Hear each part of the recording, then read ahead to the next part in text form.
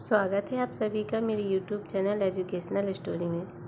आज की कहानी है मालती जोशी जी की कहानी बेटी की विदाई। अगर आपको हमारी कहानी पसंद आए तो कृपया वीडियो को लाइक एंड सब्सक्राइब जरूर करिएगा। इसी तरह नई नई कहानियाँ सुनते रहिएगा। चलिए तो कहानी शुरू करते हैं। पत्र क्या था? दर्द का दस्तावेज था। लिखा था, मुझे मालूम है तुम मुझसे बेहद नाराज़ हो। चाह कर भी मैं तुम्हारी बेटी की शादी में नहीं आ सकी। अपनी मजबूरियों की दास्तान फिर कभी सुनाऊंगी। उसी दिन तुम्हारी नाराज़गी का हिसाब भी कर लेंगे। इस समय तो बस यही कहूँगी कि मेरे गुनाहों की सज़ा मेरी बेटी को मत देना। साथ वाला कार्ड देखकर समझ जाओगी कि यह 22 तारीख को अनु की शादी कर रही हो। तुम्हें यह भी मालूम है कि ससुराल और पीहर दोनों पक्षों से मेरे यहाँ कोई झांकने भी नहीं आएगा। एकदम अकेली पड़ गई हूँ। मेरा एकमात्र सहारा और विश्वास तुम ही हो। प्लीज़ निराश मत करना। तुम्हारे साहब बहादुर से कुछ कहने का हौसला मुझ में नहीं है, पर हो सके तो उन्हें भी साथ लिवा लाना। बदवासी में कुछ ऊटपटांग लिख गया हो तो माफ़ करना। प्रतीक्षा में बेला। जब तक मैं पत्र पढ़ती रही यह मेरा चेहरा पढ़ते रहे, इसलिए मैंने पत्र पढ़कर उन्हें थमा दिया। उस पर एक सरसरी निगाहें डालकर व्यंग से बोले, तो हुजूर कब जा रही हैं? मैंने सहज भाव से कहा, क्यों आप नहीं चलेंगे? मेरा निमंत्रण कहाँ है? वाह, बेचारी ने लिखा तो है। इस बेचारी की एक आदत पति भी तो है। क्या वे 2 लाइनें नहीं लिख सकते थे? आप भी पता नहीं कहाँ की फॉर्मेलिटी ले बैठे। देख तो रहे हैं पत्र कैसी बदहवासी में लिखा है। लड़की की शादी है, कोई मजाक थोड़ी है। बेचारी के हाथ पांव फूल गए होंगे, तभी तो आप जैसी अनुभवी को मदद के लिए गुहारा गया है। आप शौक से जाइए, पर मुझे बख्श दीजिए। उस माहौल में मैं 2 मिनट भी सांस नहीं ले सकता। कैसी बातें कर रहे हैं? ठीक ही तो कह रहा हूँ। तुम दोनों तो सिर जोड़कर बैठ जाती हो। घंटों तुम्हारी बातें ही ख़त्म नहीं होती और मैं बेचारा बैठा दीवार पर लगी कीलें गिनता रहता हूँ। वह भला आदमी हाँ हूँ के सिवा कुछ बोलता ही नहीं। आप नहीं समझेंगे। जब बीवी का कैरियर ग्राफ अपने से ऊपर चला जाए तो मर्दों के मुंह पर ताला पड़ जाता है। कैरियर की दुम इन्होंने बुरा सा मुँह बनाया। मुझे तो यह आदमी जन्म का घुनना लगता है। पता नहीं इसने बेला को कैसे प्रपोज किया होगा। मुझे तो यकीन ही नहीं होता कि कभी यह बोड़म तुम्हारी सहेली को लेकर भागा था। उल्टा ही हुआ होगा। अब ऐसा भी नहीं है, वक्त की बात है। नहीं तो किसी ज़माने में उनके भी जलवे हुआ करते थे। लड़कियां मरती थीं उन पर। तुम भी अब मेरे टिकट का इंतज़ाम कीजिए। इस विषय पर बात करने के लिए ज़िंदगी पड़ी है। मैंने कृत्रिम रोष जताते हुए इन्हें जल्दी जाने के लिए कहा। जाते हुए भी उनके चेहरे पर वही शरारत भरी मुस्कुराहट थी। इन्होंने तो मजाक किया था, पर यह सच्चाई है कि नरेश हमारे क्लास के हीरो थे। कक्षा के सारे हंगामे, सारी रौनक उनके दम से थी। उनके चाहने वालों की संख्या भी कम न थी।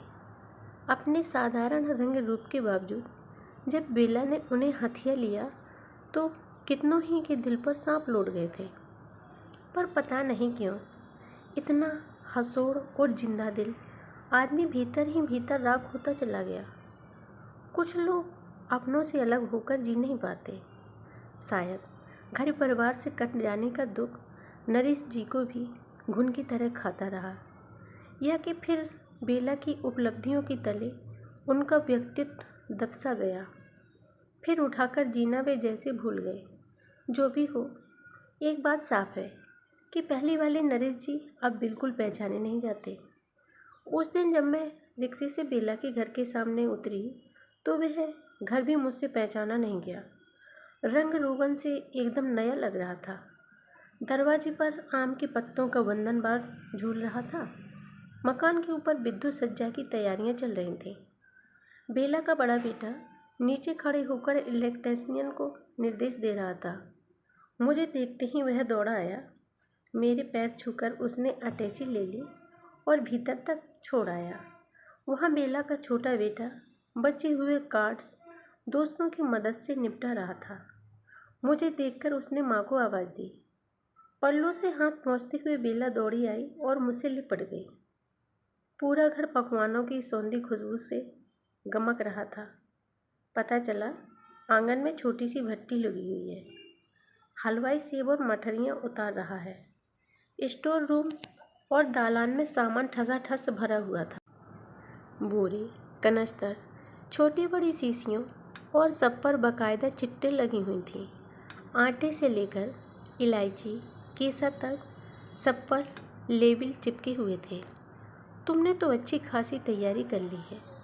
चाय पीते हुए मैंने कहा, मुझे तो लगा था पहुंचकर ABC से शुरू करना पड़ेगा।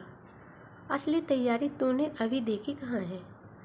कहते हुए वह मुझे कमरे में ले गई और दहेज का सामान दिखाने लगी। कुकर से लेकर मिक्सी तक किचन का प्रायः हर सामान था।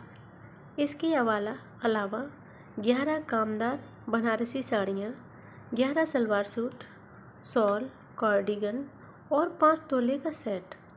दामाद के लिए घड़ी, अंगूठी, सूट और कपड़ों के पीसेज। और सास की सुहाग पिटारी कहाँ है? मैंने छेड़ा। सास नहीं है। चलो यह भी अच्छा हुआ। नहीं रे, उसने तड़प कर कहा, घर में कोई तो होना चाहिए।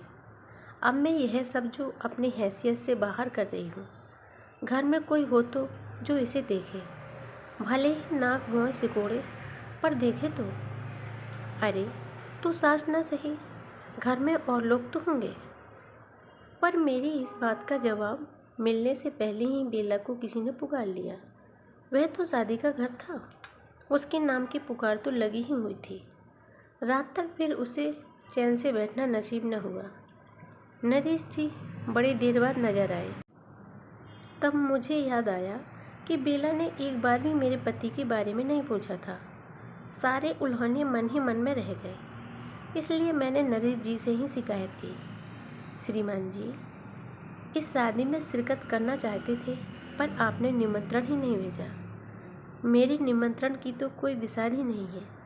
वैसे आला कमान की ओर से तो गया था शायद। अब उन्हें क्या बताती कि वह कैसा पत्र था, पर लगा कि अच्छा ही हुआ जो ये नहीं आए। इस माहौल में तो शायद 2 मिनट भी सांस न ले पाते, क्योंकि मैं धीरे धीरे महसूस कर रही थी कि सारी गहमा गहमी के बावजूद वातावरण में एक हल्की सी उदासी है। शादी का सरंजाम तो है, पर रौनक नहीं है। पहले तो मुझे लगा कि मेहमानों के अभाव के कारण वातावरण फीका फीका सा लग रहा है। 3 दिन बाद शादी थी और मेहमान के नाम पर मैं और संदीप का एक दोस्त भर थे। किसी और के आने की आशा भी नहीं थी, जबकि शादी की असली रौनक तो मेहमानों से ही होती है। जब तक उनका रूठना, मनाना, तुनकना, मचलना ना हो तो शादी शादी नहीं लगती। मुझे याद है बेटी की शादी में मेरे अपने ही मुझे 8-8 आंसू रुला गए थे। खैर, घर का माहौल चाहे जैसा हो, पर दुल्हन के चेहरे पर तो नूर होना चाहिए था। मुझे तो अनु का चेहरा भी बड़ा फीका सा लगा। दुल्हनों कैसी कोई बात ही नहीं थी। हमेशा मुझे देखते ही गले से झूम जाने वाली लड़की इस बार कमरे से बाहर ही नहीं निकली। मुझे लगा शर्मा रही होगी। मैं खुद उसके पास चली गई। वह कमरे में अकेली बैठकर टीवी देख रही थी। मुझे देखकर बस मुस्कुरा भर दी। मेरा तो जी धक्के से रह गया। क्या यह शादी उसकी मर्जी के खिलाफ हो रही है? कहीं ऐसा तो नहीं कि लड़के वालों ने कुछ ज़्यादा ही मुँह फाड़ा हो और भविष्य की कल्पना से बेचारी का दिल डूब रहा हो। लेकिन बेला तो कह रही थी कि घर में कोई देखने वाला ही नहीं है। मेरे दिमाग में नाना कल्पनाएं उठती रहीं। रात को जब फुर्सत पाकर बेला पास में आ लेटी तो मैंने पूछा, लड़का क्या करता है? कार्ड से तो कुछ पता ही नहीं चलता। पहली बात तो यह है कि वह लड़का नहीं है, उसने सपाट स्वर में कहा। मैं तो एकदम उठकर बैठ गई। यह क्या बक रही हो तुम? मेरा मतलब है कि वह लड़का नहीं है, 40 साल का पूरा आदमी है। मेरी आंखों के सामने अनु का सलोना चेहरा घूम गया। तवीना, लड़की इतनी उदास है, मैंने विचलित कंठ से कहा। ऐसी क्या मजबूरी थी? लड़की की उम्र कहीं भागी जा रही थी क्या? लेकिन लड़की तो भागी जा रही थी ना। उसे रोकने के लिए यह सब प्रपंच करना पड़ा। अब मुझे ताव आ गया। ठीक से बताती क्यों नहीं? कब से पहेलियाँ बुझा रही हो? पहेली जैसा कुछ नहीं है। वह उसके कॉलेज में प्रोफेसर है। पता नहीं कब से चक्कर चल रहा है। जब हमें पता चला तो हमने समझाया बुझाया तो नहीं मानी। जब डराने धमकाने की कोशिश की तो सूटकेस लेकर खड़ी हो गई। बोली, मैं बालिग हूँ, आप लोग मेरा कुछ नहीं बिगाड़ सकते। क्या कह रही हो? इतनी सी टुइयाँ और ये तेवर? देख लो, जमाना 25 सालों में कहाँ से कहाँ पहुँच गया। एक हम थे कि 6 महीने तक लुकते छिपते रहे थे।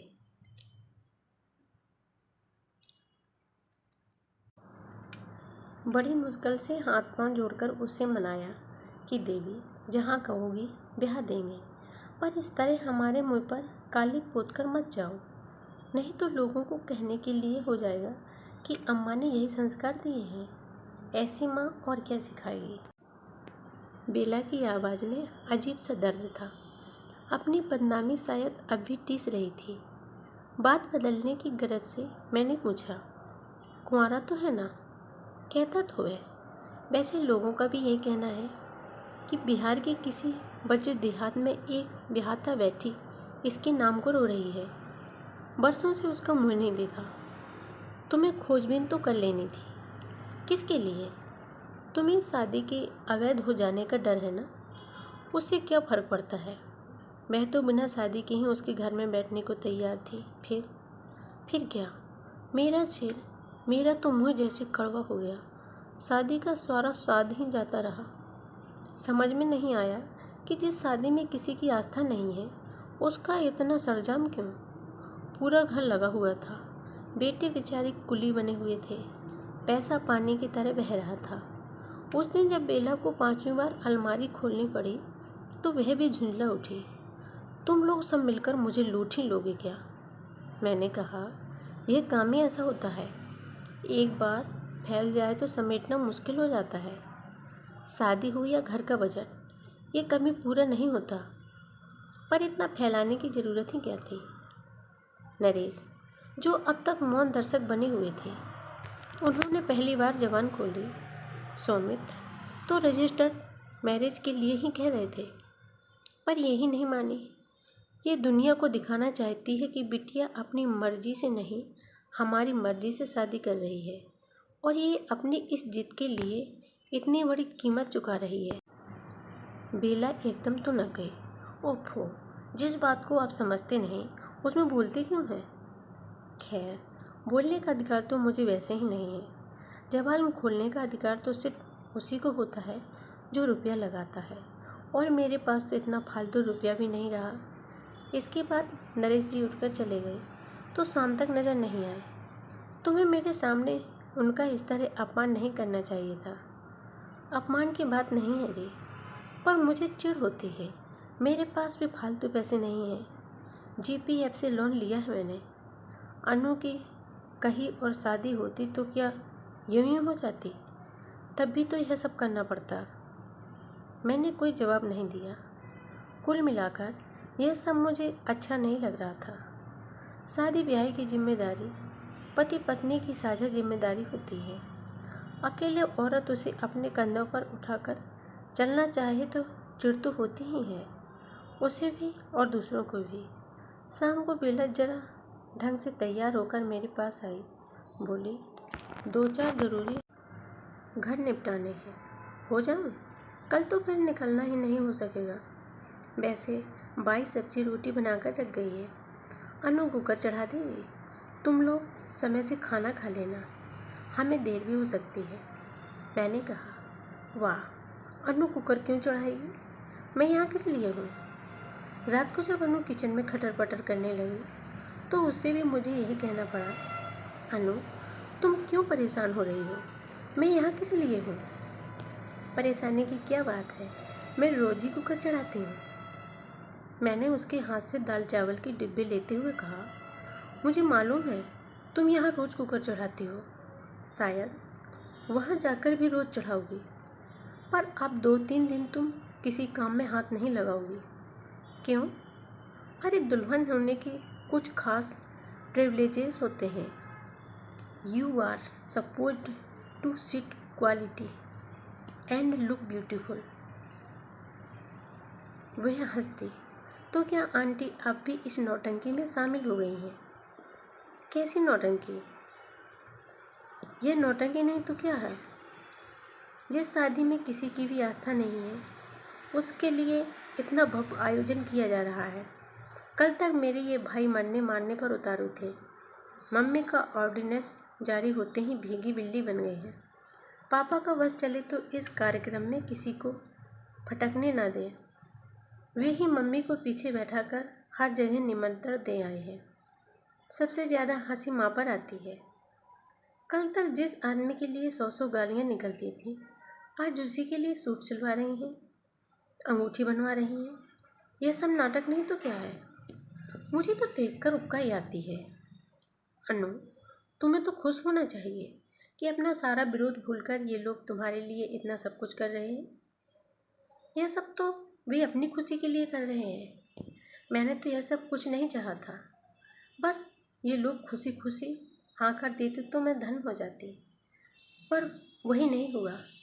मुझे तो माँ पर आश्चर्य होता है। वे भी तो अपने मन की आवाज़ पर पापा के पास दौड़ी चली आई थी, पर सबसे ज़्यादा हंगामा उन्होंने ही किया। पता नहीं लोग अपना वक्त क्यों भूल जाते हैं। अपने बच्चों के मामले में इतनी दकियानूस क्यों बन जाते हैं। न वे अपना अतीत भूलते हैं, न दकियानूस होते हैं। वे सिर्फ अपने अनुभवों से तुम्हें आगाह करना चाहते हैं। मैंने समझाने की कोशिश की तो वह आवेश में आ गई। हर एक को अपनी ज़िंदगी खुद जीनी होती है आंटी। अपने अनुभव खुद बटोरने होते हैं। उधार के अनुभवों से ज़िंदगी नहीं चला करती। उसका तो माँ का दिल है अनु। उसने जो भुगता है वह नहीं चाहती थी कि तुम भी। एक बात कहूँ आंटी, हालांकि मेरे मुँह से आपको यह बात अच्छी नहीं लगेगी।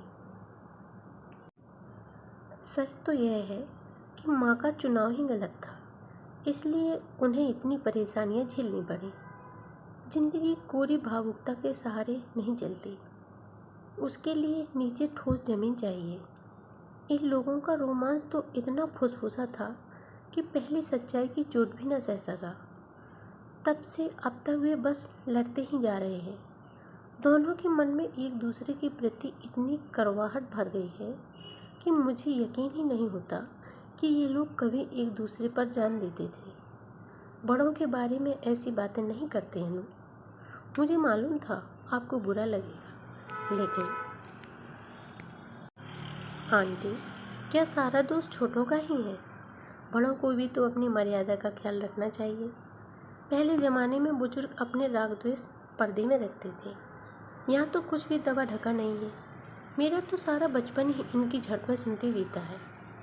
इससे ज़्यादा कुछ सुनना मेरे लिए असहाय हो उठा, इसलिए मैंने धीरे से बात बदल दी। हालांकि यह बात पूछने का अब समय नहीं रहा अनु, पर यह बताओ तुमने क्या सोचकर सौमित्र का वर्ण किया है? कहीं इसके मूल में तुम्हारा फ्रस्ट्रेशन तो नहीं है? सच कहूँ आंटी, मुझे एक पुरुष की तलाश थी, एक समर्थ सच्चे पुरुष की। कहने को तो इस घर में 3-3 पुरुष हैं, पर किसी के पास भी अपना चेहरा नहीं है। पापा तो एकदम मिट्टी के माधव हो गए हैं। उनका अपना कोई व्यक्तित्व ही नहीं रहा। पिता के रूप में वे मेरी अपेक्षित उम्मीदों पर खरे नहीं उतर सके। बड़े भैया की छोटी सी उम्र से ही गुमसुम हो गए हैं। घर में निरंतर चलने वाले क्लब प्रसंगों ने उन्हें अंतर्मुखी बना दिया है। छोटा भी पता नहीं क्यों घर से भागा भागा फिरता है। यह घर बरसों से एक औरत के इशारे पर चल रहा है, इसके आतंक के साये में जी रहा है। इसलिए मुझे एक ऐसे आदमी की तलाश थी जो मेरा मानसिक संबल बना सके, मुझे भावनात्मक और आर्थिक सुरक्षा दे सके। अब मेरा चुनाव सही है या गलत, यह तो वक्त ही बताएगा। भविष्य के गर्भ में क्या है यह तो कोई नहीं जानता, पर मैंने मन ही मन उसे ढेरों आशीर्वाद दे डाले। 20 साल की उम्र में ऐसा जीवन दर्शन, ऐसी दूरदर्शिता, इतनी गहरी सोच, मैं गदगद थी। शादी ढंग से संपन्न हो गई, न होने का कोई कारण ही नहीं था। गिनती के बाराती थे और उतनी ही घराती। झगड़े फसाद की गुंजाइश ही नहीं थी। रजिस्ट्रार साहब दोपहर को अपने अमले के साथ आए और कागजी कार्रवाई करके चले गए। शाम को जयमाल हो गए। दूल्हे राजा बस इसी एक रस्म के लिए राजी हुए थे। जयमाल के तुरंत बाद डिनर का भव्य आयोजन था। हॉल को दुल्हन की तरह सजाया गया था। बनारसी साड़ी में लिपटी बेला और सफारी सूट में सजी नरेश मेहमानों का अभिवादन कर रहे थे, उनसे बधाइयाँ ले रहे थे। बेला के चेहरे से खुशी झलकी पड़ रही थी। बाद में लोग चाहे जो भी कहते रहे, उस समय तो जोड़े की तारीफ ही कर रहे थे। वैसे उम्र की बात छोड़ दें तो दूल्हा सचमुच सुदर्शन था। सुसंस्कृत और विद्वान तो वह था ही। उसके बगल में बैठकर लोगों ने उपहार और आशीर्वाद लेती अनु भी बड़ी प्यारी लग रही थी। पहली बार उसके चेहरे पर रौनक दिखी थी। इतने दिनों तक वह जैसे किसी तनाव में जी रही थी। भोज समाप्त हुआ और दूल्हा दुल्हन फूलों सजी कार में बैठकर रवाना हो गए। ना विदा जैसी कोई रस्म हुई और ना रोना गाना ही हुआ। वह मुस्कुराती हुई हाथ हिलाती चली गई और बेला ने चुपके से अपनी आंखें पोंछ लीं। वही एकदम थमी थमी सी लग रही थी। नरेश जी ने जैसे उसकी अनकही व्यथा को पढ़ लिया हो, बड़े ही स्नेहिल स्वर में बोले, बेला, हम लोगों को तो यह सब समेटते हुए घंटा 1.5 घंटा लग जाएगा। तुम मधु जी के साथ घर चलकर आराम करो, बहुत थकी सी लग रही हो। वह जैसे इस प्रस्ताव की प्रतीक्षा में थी। उसने जरा भी ना नुक्कड़ नहीं की। प्रदीप रिक्शा ले आया तो हम लोग चुपचाप उसमें बैठ गए। बेला का घर बिजली की झालरों से जगमगाता रहा था। भीतर घुप अंधेरा था, अंधेरा और खालीपन। वह घर जैसे काटने को दौड़ रहा था। हम दोनों वहीं हॉल में सोफे पर निढाल होकर पसर गए। बेला ने थकी सी आवाज़ में कहा, घर कैसा भाई भाई कर रहा है। कोई कहेगा कि यह शादी वाला घर है। लड़की की शादी के बाद घर ऐसा ही सूना सूना हो जाता है। संदीप की शादी के बाद देखना, घर में दुगनी रौनक हो जाएगी। संदीप की शादी किसने देखी है? उसने हताश स्वर में कहा, मुझे तो बस इसी शादी का अरमान था। पता है, मेरी जिद के कारण ही यही आयोजन हो सका है, नहीं तो बाकी लोगों ने तो हाथ ही खींच लिए थे। चलो, तुम्हारी जिद पूरी हुई और मेहनत भी सफल हुई। आयोजन सचमुच शानदार रहा। बधाई। मेरी अपनी शादी तो मंदिर में जैसे तैसे फेरे लेकर हो गई थी। उसका हमेशा मलाल रहा। जब भी किसी की शादी देखती, मन में एक टीस सी उठती। इसीलिए सोच लिया था कि अपनी बिटिया की शादी खूब धूमधाम से करेगी। अपनी शादी के अरमान भी उसी समय पूरे कर लूँगी। अब अनु ने अपने भाग्य का फैसला खुद ही कर लिया है, तो परिणाम के लिए भी वह हमें जिम्मेदार नहीं ठहराएगी। पर उसे कम से कम यह एहसास हो तो रहेगा कि उसकी खुशी में हम सब लोग शरीक हुए थे। यह एहसास भी बड़ा बल देता है। काश नरेश जी भी इसी तरह सोच पाते, तब तुम्हें इतनी आलोचना, इतना विरोध न सहना पड़ता। मर्द और औरत की सोच में यही तो बुनियादी फर्क होता है। अनु के पापा को कभी इस बात का ख्याल नहीं आया कि लड़की ढंग से विदा होगी तो आने जाने का रास्ता भी खुला रहेगा। भगवान न करे, पर कभी बुरा वक्त आया तो पीठ पर बाप का, भाई का हाथ तो होगा। संकट की घड़ियों में माँ की गोद में सिर रखकर रो तो सकेगी, मेरी तरह नहीं कि जिंदगी भर अकेली ही जूझती रही। कहीं से सांत्वना के दो शब्द या सहानुभूति का एक स्पर्श भी नसीब नहीं हुआ। बोलती बोलती जब वह अचानक चुप हो गई तो मैंने सिर उठाकर देखा। वह निःशब्द रोई जा रही थी। पता नहीं यह बेटे की विदाई की पीड़ा थी यह उसकी अपनी संचित व्यथा, पर उसकी बनारसी साड़ी का आंचल अनवरत आंसुओं से भीगता ही रहा।